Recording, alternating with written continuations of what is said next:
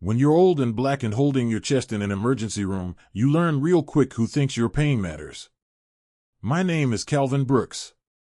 I'm 72 years old, and that night I sat in a plastic chair under fluorescent lights that made everybody look a little sick. My hands were shaking, not from fear, but from the tight, squeezing ache that kept crawling from my sternum into my left arm. I knew this was not heartburn. I've spent my whole life fixing engines. I know the difference between a small noise and something about to fail. "Dad, just relax," Marcus muttered beside me, thumb tapping his phone.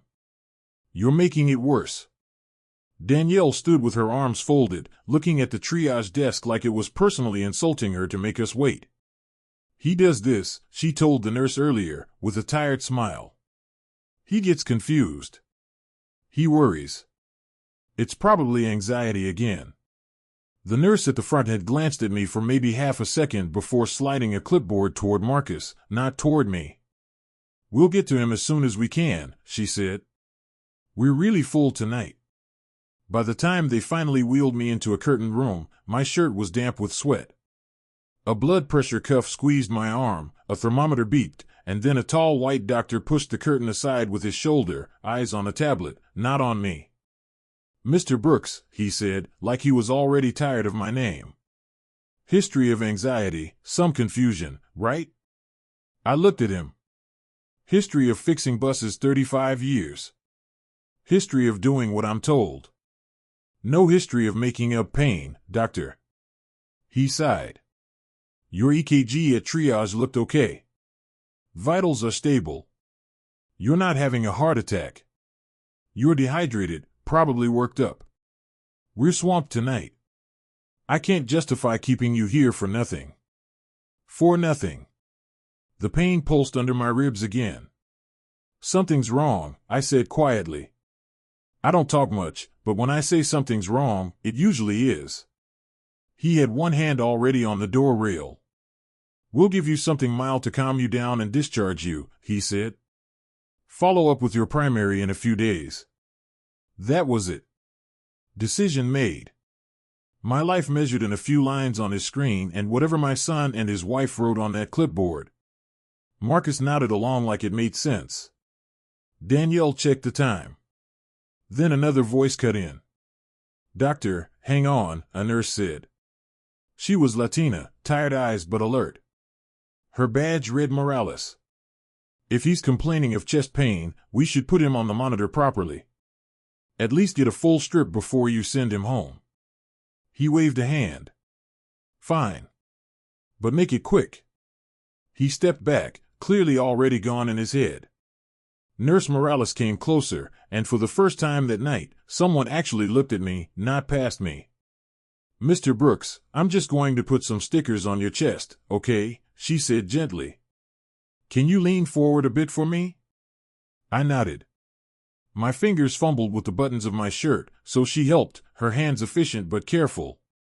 She opened the front of my shirt and pulled the fabric aside. She froze. Her whole posture changed. The easy, practiced motion stopped mid-reach. Her eyes moved slowly across my chest and ribs. Faded yellow and purple bruises that hadn't had time to clear. Thin, straight scars along my side where stitches had been. A patch of shiny, irregular skin on my upper chest where a soup spill never healed right. The red imprint of a plastic bracelet I never asked for. "Jesus," she whispered under her breath, just loud enough for me to hear. The room went silent. Even the doctor stopped tapping his screen. "Dr. Halsey," she said, voice suddenly firm. "You need to come here. Now." He frowned, annoyed, but stepped closer. She pulled my shirt open wider so there was no way for anyone to pretend they had not seen. For the first time that night, somebody in that hospital really looked at me. Not as a confused old man. Not as a burden. As evidence. And in that moment, I knew, my body was about to tell a story my own family had been hiding for years. When you get to my age, your life gets quiet in a way younger folks don't understand. Not empty, just settled. Patterns become companions. The sound of your own footsteps in the morning becomes familiar comfort. I never minded quiet. I grew up in a house where my daddy worked 2 jobs, my mama kept order with a look, and nobody talked unless they had something worth saying. After Louise, my wife of 46 years, passed, the quiet turned heavier. Not painful. Just real. I learned how to make coffee for one. How to fold laundry slower than I used to. How to sit with grief without letting it swallow me whole. My home was a small brick duplex off Cedar Avenue, the kind of place where trees lean over the sidewalks like they're tired too. Louise and I raised both our boys there. She used to plant roses along the front fence, bright red ones that stood out against the chipped white paint. After she died, I still watered them every morning, even when I felt myself shrinking inside that house, unsure of what a new chapter would look like without her. That was when Marcus stepped in. "Dad, you shouldn't be living alone anymore," he'd said, sitting at my kitchen table. He was in his work clothes, navy suit, silver tie, shiny belt. He always dressed like he was auditioning for a promotion that never came. "It's not safe. And that neighborhood, it's declining." I remember stirring my coffee. "I've been here 40 years, son." "I know," he said, leaning forward like a man presenting a deal. "But you're older now. You need help. Structure. Structure." Danielle joined him 2 days later. She had printed lists, color-coded. She talked with the confidence of someone who reads brochures and thinks she's a medical expert. "Medication schedule," she said, tapping one paper. "Diet restrictions. Weekly check-ins. We can take care of all of it. You'll stay in the spare room. Less space for you to worry about. More oversight." Oversight. To them it sounded responsible. To me it sounded like losing pieces of my life one at a time. But grief makes you soft in certain ways, and loneliness makes you believe things you wouldn't otherwise consider. And Marcus was my boy. My firstborn. The child I worked overtime for. The one who rode on my shoulders during parades, who cried into my chest at his mother's funeral. So I said yes. The move happened fast. Too fast. Boxes I didn't remember packing. Papers I signed because Marcus stood behind me saying things like, "This just makes everything easier and it's temporary, Dad, just until you get stronger." One of those papers was power of attorney. Another was the transfer of the house. All for convenience. The first few weeks in their home were quiet in a different way, stiff, like wearing a shirt that didn't quite fit. The spare room held a narrow bed, one small dresser, and a single window facing the backyard shed. I kept my old radio on the nightstand. It helped the room feel less empty. Meals were scheduled. Pills were pre-sorted in plastic boxes. Phone calls were monitored, just lightly, but enough that I felt it. "Dad, let me handle your mail," Marcus said one morning, scooping the envelopes before I could reach them. "Most of it's junk anyway." When church friends called, Danielle often answered first. "He's resting right now," she would say. "He's been confused lately. Doctor says he shouldn't overextend himself." Funny thing was, I never met that doctor she kept quoting. Not once. But I pushed those thoughts down. I didn't want to seem ungrateful. I kept telling myself, they're helping. They're trying. Some evenings, Marcus and I would sit in the living room, a basketball game playing in the background. I'd try to talk about old coworkers, about the Johnson boy who made captain at the fire station, about the way the buses downtown had changed since I retired. He'd nod without looking up from his laptop. "That's good, Dad." That was the longest conversation we had outside of instructions and schedules. Sundays were the hardest. Louise used to make pancakes, humming the same gospel tune every morning like it was stitched into her bones. At Marcus's house, breakfast was whatever Danielle meal prepped, egg whites, oatmeal, always something meant to look healthy more than taste good. "I don't need all this," I told her once, trying to smile. "It's for your heart," she said. My heart was fine with pancakes, I replied. Her face tightened, polite but not warm. "This is better." There were small moments when I felt myself fading into the background, the way they spoke around me instead of to me, how I became someone they managed instead of loved. One afternoon, I asked Marcus if he could drive me by the old house. He didn't even look up. It's being evaluated for renovations, Dad. No point. Evaluated. Renovations. Words that meant nothing to me but seemed to mean everything to him. At night, in the small spare room, I'd lie awake staring at the ceiling, listening to the hum of the refrigerator down the hall. I thought about my wife. I thought about the old rose bushes probably dying from neglect. I thought about the slow, puzzling feeling that my world was shrinking inside a house that wasn't mine. But the human heart does something strange when it's hurting, it rationalizes. They're helping you. They love you. You're old, maybe you're overreacting. And I wanted to believe all of it. I wanted to believe the people who shared my blood were still my family, not my caretakers. It would take months before I realized the truth, before I understood how easy it is for love to turn into management, management into control, and control into something dangerous. But back then, all I saw was a son trying to do what was best.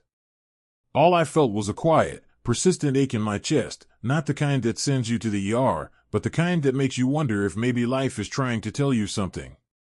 The first sign that something was wrong didn't come loudly. It came the way trouble often does, quietly, politely, wearing the face of routine. It started with my bank card. I went with Marcus to the grocery store one afternoon. I still liked picking out my own apples, tapping the melons, checking the dates on bread. Old habit from a lifetime of buying my own food. At the checkout, I reached for my wallet. Marcus stepped in quickly. "Dad, let me handle it." "It's just a few things," I said. "I got it," he repeated, almost sharp. I didn't argue. But when I insisted on trying my card anyway, just to see, the machine beeped and flashed, declined. I felt a slow heat spread across my neck. "That can't be right," I said. Marcus didn't even blink. "Bank glitch. Happens." He said it with the confidence of a man reading from a script. When we got home, I asked for the card back. "Oh, I put it in the drawer," he said. "Don't worry about it." That was the end of the conversation. It seemed small. But small things add up. A week later, I noticed the mail kept skipping me. "Anything for me today?" I asked. "No, Dad," Marcus said, flipping through envelopes quickly, tucking some aside. But I saw one envelope with my name on it. He slid it under a stack. I didn't mention it. I just watched. And that's when I started seeing other things. My prescription bottles had different labels. The pills had changed shape. The dosage didn't look familiar. "Doctor adjusted it," Danielle said. "What doctor?" She smiled, the kind of smile that answers nothing. "The one managing your care." Strange thing was, I had never met that doctor. Never heard his voice. Never seen a form with his name. But each time I tried to ask a question, she shut it down with a tone that felt like a closed door. "You're not thinking clearly. You're forgetting again. We're handling everything." If you repeat a lie softly enough, even an intelligent man starts wondering if maybe he's the problem. And that's exactly what I began to feel, like I was slipping. Like my memories were blurring. Like maybe I really was confused. But some part of me, the part that fixed engines by listening, the part that raised boys on night shifts and common sense, that part stayed awake. One Sunday morning, I decided to go to church. I put on my best shirt, the blue one Louise always liked. I walked to the front door with my cane, breathing steady. Marcus stopped me. "Dad, where are you going?" "Saturday service," I said. "Deacon Harris is preaching today." He checked his watch. "Not a good day." "Why not?" "You're not doing well. Rest." I didn't feel sick. I felt dismissed. That afternoon, my phone rang. It was an old friend from church. Before I could reach it, Danielle grabbed it off the table.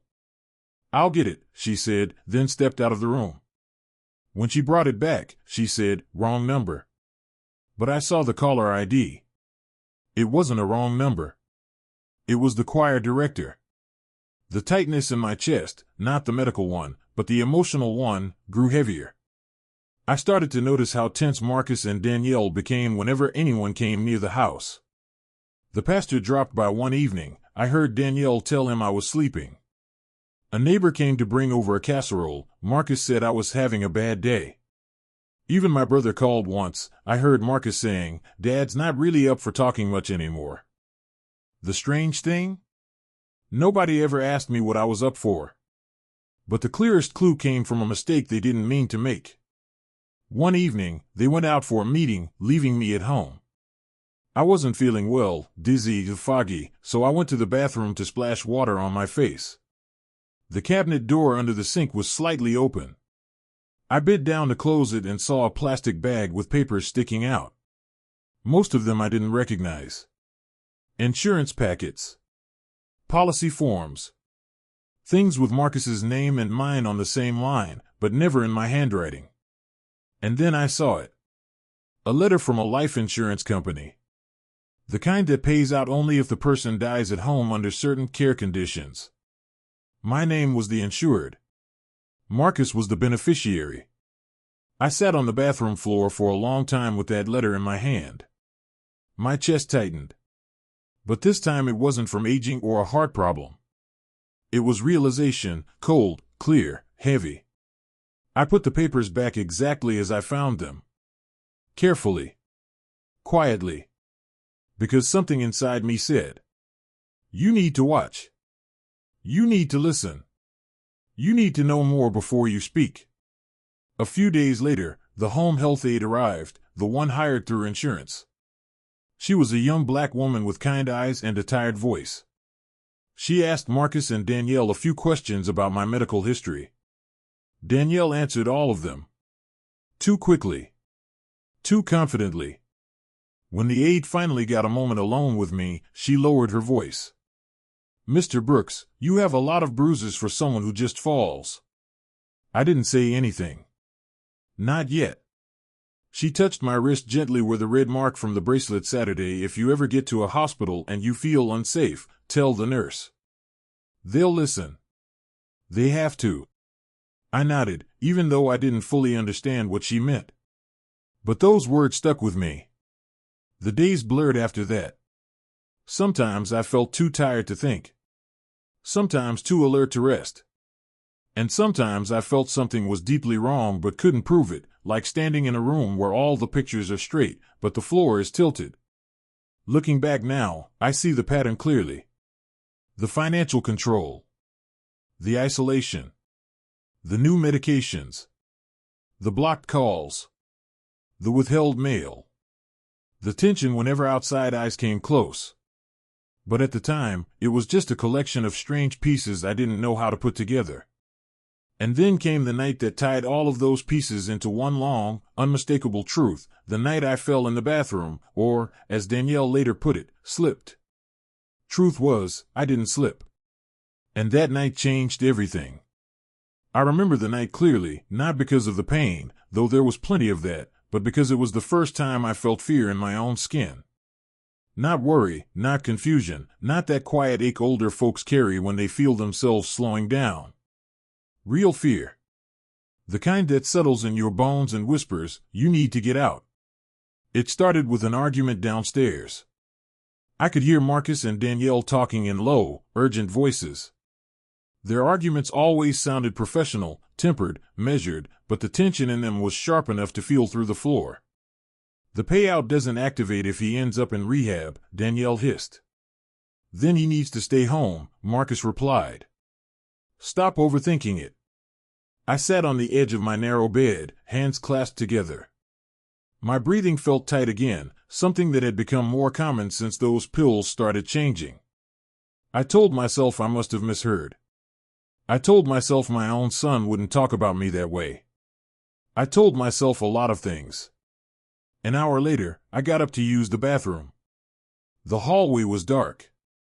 My knees were stiff. I took slow steps, steady hand on the wall. The bathroom light flickered on, bright enough to sting my eyes. I leaned over the sink to wash my face. The cold water always helped clear my head. Behind me, I heard footsteps. Quick ones. Not Marcus's heavy stride. Danielle's. Before I could turn around, her voice hit me. "Mr. Brooks, why are you up?" "Not Dad. Not Calvin. Just Mr. Brooks." I opened my mouth to speak, but before I could, she reached past me and grabbed a towel. Her arm brushed mine, too firmly, too close, and I stumbled sideways. My hip hit the counter. My balance slipped. And my full weight dropped hard onto the tiled floor. I didn't fall because I was weak. I fell because she bumped me harder than she intended. I saw the shock in her eyes for a split second, not concern, not fear for me, but panic. The kind people feel when they realize a mistake might cost them something. "Don't move," she said sharply. "Don't you move." My breath left me in a wheeze. Pain shot through my ribs, sharp enough to blur the edges of the room. Marcus rushed in a moment later. "What happened?" "He fell," Danielle said quickly. "I told you we should have installed rails in here. He's getting worse." He crouched beside me, not touching me, not checking on me, just watching. "Dad," he said, voice steady. "We'll take care of you." Not "Are you okay?" Not "Where does it hurt?" Just a line that sounded like it belonged in a brochure. When they finally helped me up, Danielle's grip on my arm felt too tight, too controlling. She wasn't guiding me, she was positioning me. In the mirror, I saw a long scrape across my ribs where my shirt had pulled. It was bleeding. "Sit," she said, pushing me onto the edge of the tub. "I'll get the kit." The kit wasn't something I recognized. A little plastic box with tools I hadn't seen before, sterile wipes, butterfly closures, a small stitch kit. "Where'd you get that?" I asked. "Online," she said. "It's standard for in-home care." Her voice was smooth, but her hands moved too fast, too confidently. She cleaned the wound quickly. She stitched it without hesitation. She taped gauze over it. "Stop squirming," she muttered. "You'll make it worse." I wasn't squirming. I was shaking. Marcus came back holding a bracelet, a plastic band, like the kind you get at a hospital. Except this one had 3 letters on it, DNR.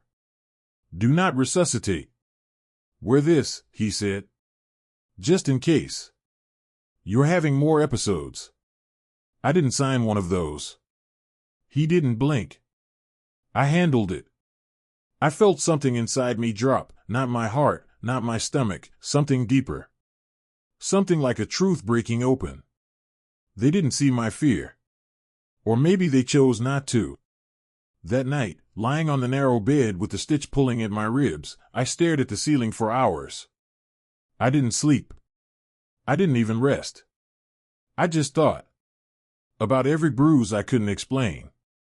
About every pill that made me dizzy. About every withheld envelope and silenced phone call. About the life insurance form I found under the sink. Pieces that didn't make sense suddenly did. Pieces that seemed strange became warnings. It wasn't until 3 days later that the final part of the truth came into focus. I was sitting on the edge of my bed after lunch when I overheard Danielle on the phone again. Her voice was low, rushed. "No, he hasn't seen the paperwork." "Yes, the house is already in Marcus's name. The policy activates if he passes at home." "No, he won't make it to a facility." "That's the point." I stopped breathing for a moment. Not because of age. Because of clarity. She hung up the phone. Came down the hallway. Stopped in my doorway with a smile too bright to belong in that house. "How are you feeling, Mr. Brooks?" she asked. Not Dad. Not Calvin. Mr. Brooks. That name meant distance. That name meant paperwork. That name meant they had already separated me from being family. "I'm fine," I said quietly. Just tired. She steadied me for a second too long, like she was measuring something in her mind. Good, she finally said. Rest is important. Rest. That word meant something different now. Something dangerous. That evening, when Marcus came home, their whispers were tense again. We have to move faster, Danielle said. He's still coherent, Marcus replied. It's getting harder. Harder? Harder for what? Dinner was quiet. I didn't touch my food. The pills in the cup next to my plate looked different again, new colors, new shapes. I'll take them later, I said. You need them now, Danielle insisted. I said later. My voice was steady. Calm. But something in my tone made her stop. That night, I hid the pills under my mattress instead of swallowing them. Within an hour, I felt clearer than I had in weeks. That sealed it. Whatever those pills were, they weren't helping me. The next morning, the home health aide returned. Marcus and Danielle hovered so closely she could barely speak to me, but when she pretended to tie her shoe, she whispered just one thing. You're not confused. Something's wrong here. If you ever get to a hospital, tell the nurse. Show them. I nodded. Because now I knew something she didn't. I wasn't waiting for a chance to speak. I was waiting for a chance to survive. And that chance came the night my chest pain grew so tight I could barely breathe. Danielle wanted to wait and monitor me. Marcus said the hospital would overreact. But I insisted. And for once, they didn't push back. Not because they cared, but because they were scared. Scared the situation was slipping out of their control. In the car, Danielle rehearsed the story she planned to tell. He gets confused, she said. He imagines things. He bruises easily. Don't mention the house. Or the policies. It's irrelevant. I didn't answer. I didn't argue. I didn't defend myself. Because I wasn't going there to convince a doctor. I was going there to show a nurse. And when I sat in that ER chair with sweat on my neck and pain crawling down my arm, the whole plan almost failed because Dr. Halsey didn't care enough to look. He was ready to send me home. Ready to send me back. But life has a way of giving you one honest witness when you need it most. And for me, that witness was a tired nurse named Morales, whose only job that night was to open my shirt and place 3 little sticky pads on my chest. She opened my shirt and saw the truth. All of it. When Nurse Morales opened my shirt and the room went quiet, something shifted inside me. Not panic. Not anger. Just a calm, steady awareness, the kind a man feels when he finally realizes he isn't imagining the danger he's in. For months I'd been second-guessing myself, doubting my memory, wondering if age was playing tricks on me. But the way that nurse froze, the way her eyes widened, the way she whispered Jesus under her breath, that told me everything I needed to know. What was happening to me wasn't invisible. It was real. And now someone else could see it. Dr. Halsey stepped forward, irritation on his face. What is it now? He muttered, as if my body was an inconvenience. Then he saw. The bruises. The marks. The stitches that looked nothing like a clinic's work. He stared for a long moment, and for the first time that night, he didn't have anything to say. Nurse Morales spoke first. Doctor, these injuries are not consistent with a simple fall. Her voice was still soft, but it had changed. It had purpose now. Halsey cleared his throat. We should run more tests. You think? She shot back. Danielle stepped forward, voice brittle. He bruises easily. He's aging. He falls all the time. The nurse didn't turn her head, but her voice dropped low and stern. Ma'am, please step back. That was the first time I saw fear cross Danielle's face. Not guilt.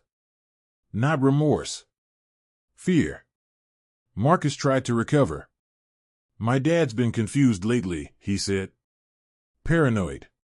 He imagines things. We handle his care at home. The nurse finally looked at him. Really looked. And her eyes went cold. Sir. We'll take it from here. Marcus opened his mouth again. She raised a hand. Step back. The authority in her voice carried weight. More than any police officer. More than the doctor standing beside her. The kind of weight that comes from someone who's seen too many people arrive in her ER too late. She turned to me. Mr. Brooks. I need to ask you something, she said quietly. Did someone do this to you? I didn't answer. I didn't need to. The silence told them more than words could. She nodded once, and that's when everything changed. She pressed a button on the wall. A soft chime sounded. Within a minute, 2 more nurses and a charge nurse stepped in. Then the phrase that shifted the whole world came out of her mouth. This is a suspected elder abuse case. The air changed. The temperature changed. Even the fluorescent light seemed to sharpen. The charge nurse stepped in front of Marcus and Danielle. I'm going to ask you both to wait in the hallway. Danielle protested first. This is ridiculous, we're his family. Exactly why you need to step out, the charge nurse said. Now. The door shut behind them. For the first time in months, I felt safe. Not healed. Not whole. But safe. They hooked me to monitors. They ordered labs. A real EKG. A CT scan. A chest X-ray. And when the nurse placed the leads on my chest, she handled me like a person. Not a task. Not a burden. A social worker arrived 30 minutes later, clipboard, steady eyes, calm presence. She introduced herself as Karen Fields. She pulled a chair close to my bed, sat down, and didn't rush her words. Mr. Brooks, we're here to help you, she said. But we need the truth. Whatever you can give us. I stared at my hands. I didn't know where to start. How do you explain months of confusion? How do you explain trust turning into something sharper, darker? How do you explain that your own son, the boy you taught to ride a bike, the boy whose scraped knees you cleaned, may not actually want you to live too long? She saw my struggle. Take your time, she said. We're not going anywhere. I took a slow breath. My wife handled everything, I finally said. Bills. Food. Medicine. I worked, but she kept the books. When she died, I wasn't used to doing it all. She nodded gently. And your son stepped in. Yes, I said. I thought it was help. At first. I told her about the mail. The bank card. The pills that changed without warning. The bruises. The restrictions. The bathroom fall. The DNR bracelet. I didn't embellish. I didn't dramatize. I didn't accuse. I just told her what happened. Plain. Honest. Simple. She wrote everything down. And with every detail, her expression grew firmer. When I mentioned the life insurance policy I found under the sink, she stopped writing and looked up slowly. Mr. Brooks, do you remember the company name? Yes. Do you remember the beneficiary? My son. Her jaw tightened. Thank you, she said quietly. That helps a great deal. Next came the detective, Raymond Cole. Tall man, quiet voice, eyes that studied everything without making you feel small. He didn't ask rapid questions. He didn't pressure me. He didn't assume anything. Mr. Brooks, he said, my job is to understand the pattern. I'm not asking for conclusions, just facts. I respected that. Men my age appreciate straight talk. So I gave him facts. Every bruise. Every fall. Every missing letter. Every blocked call. And when I finished, he let out a breath like he'd been holding it the whole time. Thank you, he said. We'll take care of this. You focus on getting better. When they finally reopened the door, Marcus and Danielle came back in, but the energy had shifted. They weren't in control anymore. They weren't narrating. They weren't managing. They were being observed. Marcus tried to approach my bed. The nurse stepped between us. "You can stand over there," she said, pointing to a corner. "We're his family," he protested. "And I'm his nurse," she replied. "He's safe with me." Danielle's voice cracked. "This is an overreaction." The social worker stepped forward. "No," she said. "This is procedure." Dr. Halsey cleared his throat, still shaken. "Mr. Brooks is being admitted for monitoring. He'll undergo full evaluation." I watched Marcus's jaw tighten. Watched Danielle look at him, panic rising. They both realized it at the same time. The narrative was no longer theirs to control. Not in that room. Not that night. For the first time in months, I wasn't the one being questioned. They were. And all I had done, the only thing, was quietly survive long enough for the right person to see me. Hospitals have a certain order to them, even in chaos. A rhythm. A chain of responsibility. Once Nurse Morales called it in, that rhythm moved around me like gears locking into place. It didn't matter that Marcus wore a suit. It didn't matter that Danielle spoke with rehearsed confidence. It didn't matter that I was an old man with a quiet voice. The truth was no longer living in my words. It was living on my skin. They moved me upstairs to a private room, for safety reasons. 2 security guards stood stationed near the nurse's desk. Not dramatic, not threatening, just present. The kind of quiet presence that lets people know they're being watched. Marcus and Danielle followed behind, trying to look composed, but every step made their fear more visible. The deeper we went into the hospital, the less power they had. When we reached my room, Detective Cole was already there, sitting on a chair near the window, flipping through a folder. He stood when I entered. "Mr. Brooks," he said. "Have a seat. We're going to ask your family a few questions." My family. The word hit differently now. The nurse helped me settle into the bed, then she stayed beside me. That mattered. Her staying there told Marcus and Danielle the rules had changed.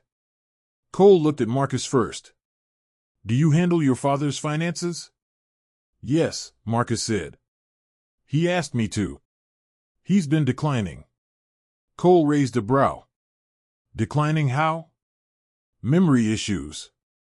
Confusion. Agitation." The nurse looked at me. I looked right back. There had been none of those things until the pills changed. Cole flipped a page. "Hospital notes say his vitals and cognitive assessments tonight show no signs of confusion." Marcus blinked. "Well, he has good days and bad days." Danielle jumped in. "He's been difficult lately. Accusing us of things that aren't true." Cole stared at her for a moment. Then he pulled out a clear plastic bag containing a bracelet, the DNR band Marcus put on me. "Where did this come from?" Danielle froze. "Medical directive," she said. "He wanted it." Cole turned to me. "Is that true, Mr. Brooks?" I shook my head slowly. "No. I didn't sign that." Silence. The heavy kind. The kind that changes the room. Cole set the bracelet down carefully. "That's forgery," he said. "Potentially fraud. Potentially something far worse." Marcus tried to recover. "Look, this is all a misunderstanding." "Dad is." Cole cut him off. "Sit down." It wasn't a request. Next came the photos. The nurse had taken pictures of my injuries, every bruise, every scar, every healing burn.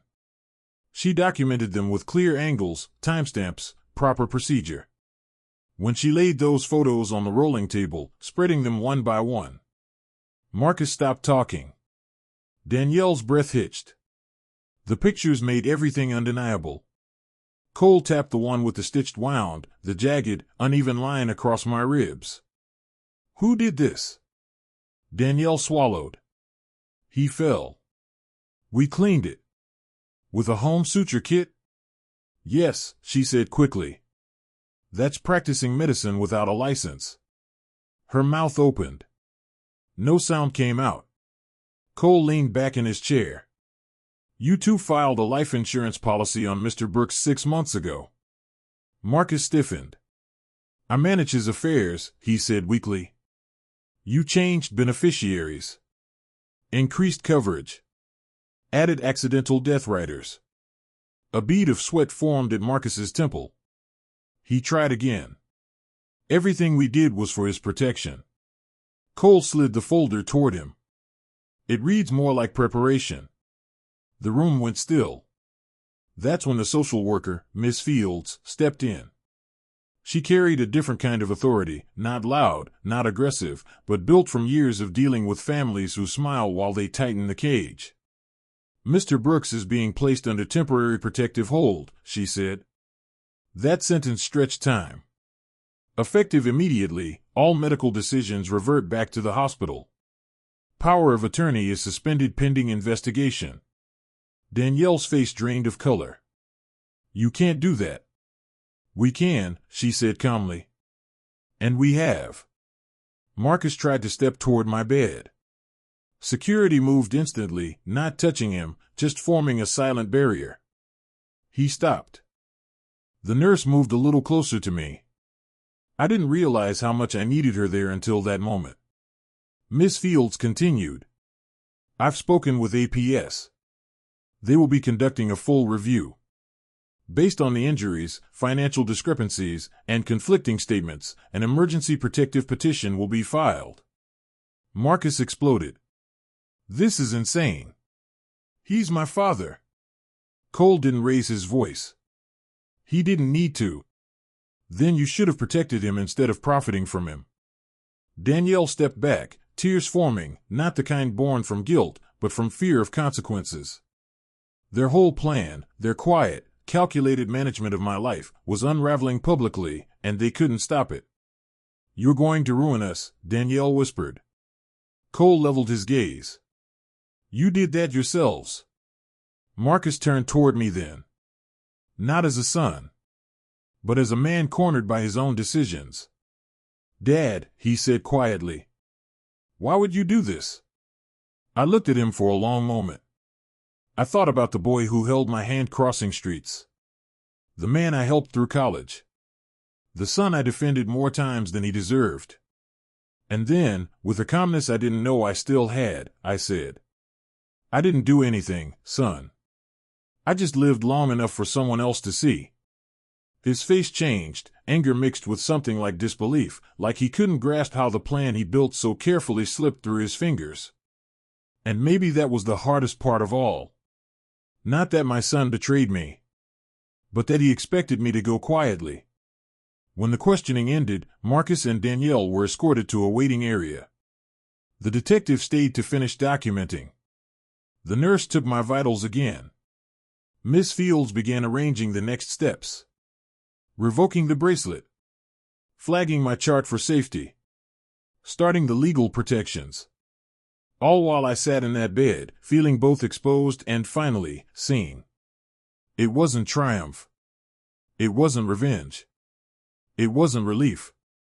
It was something quieter. Something steadier. Something like a man being handed back pieces of his own life. I stayed in that hospital for 4 days. Not because my heart demanded it. The tests showed the pain came from stress and a medication mix that never should have been in my system, but because the hospital insisted on keeping me safe. For the first time in months, I slept without listening for footsteps in the hallway. I woke without wondering what pill would make me dizzy. And when I opened my eyes each morning, I wasn't greeted by someone managing me. I was greeted by people caring for me. Simple difference. But it changes everything. On the second morning, Miss Fields returned with a quiet smile and a stack of forms. We filed for emergency guardianship suspension, she said. Power of attorney is revoked until a court reviews it. You'll get to speak directly to a judge. A judge. Someone who would listen. She continued, Adult Protective Services has begun their investigation. We've forwarded the medical documentation, injury photos, and your statements. The word investigation settled on the air like a weight being lifted from my shoulders. Mr. Brooks, she said gently, you're not going back to that house. I closed my eyes. Not out of sadness, but relief that felt like cool water on a burn. Pastor Miller came to see me later that day. A tall man with a soft voice, same age as me, same lines on his face from years of life wearing on him. He sat beside the bed, hands folded. Cal, he said quietly, you should have told us. I looked down at the blanket. I wasn't sure of anything. Now you are, he said. And you're not alone. Before he left, he squeezed my shoulder. I've asked our lawyer, the one who handles estate cases, to stop by. He's good. He'll help you get your rights back. Part of me wanted to cry.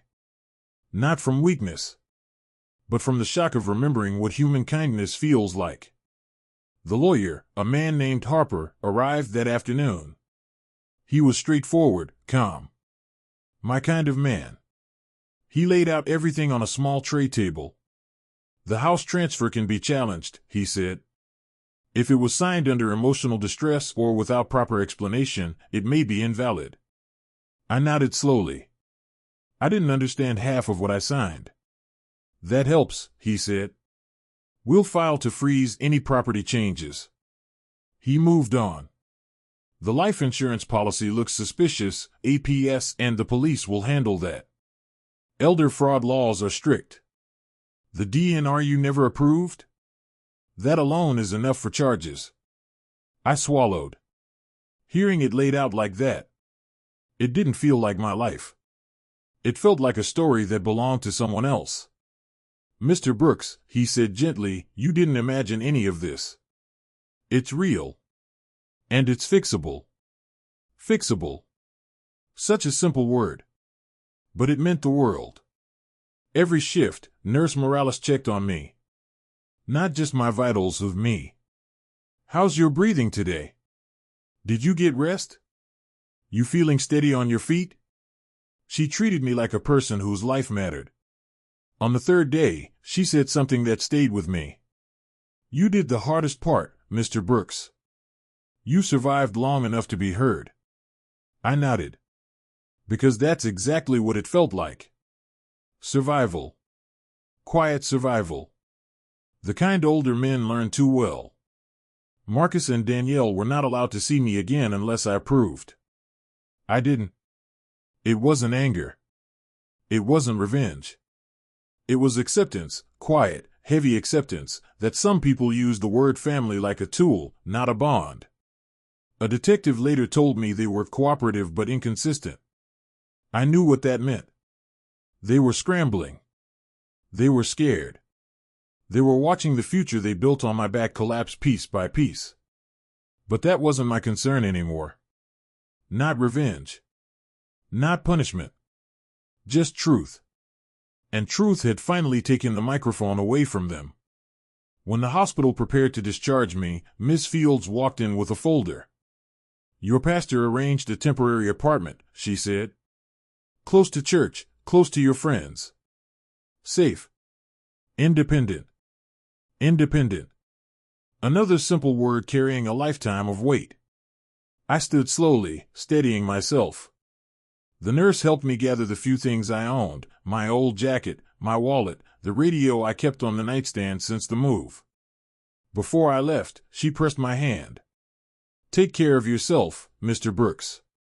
And don't let anyone dim your voice again. I nodded. Thank you for seeing me, I said. Always, she replied. That's the job. But I knew better.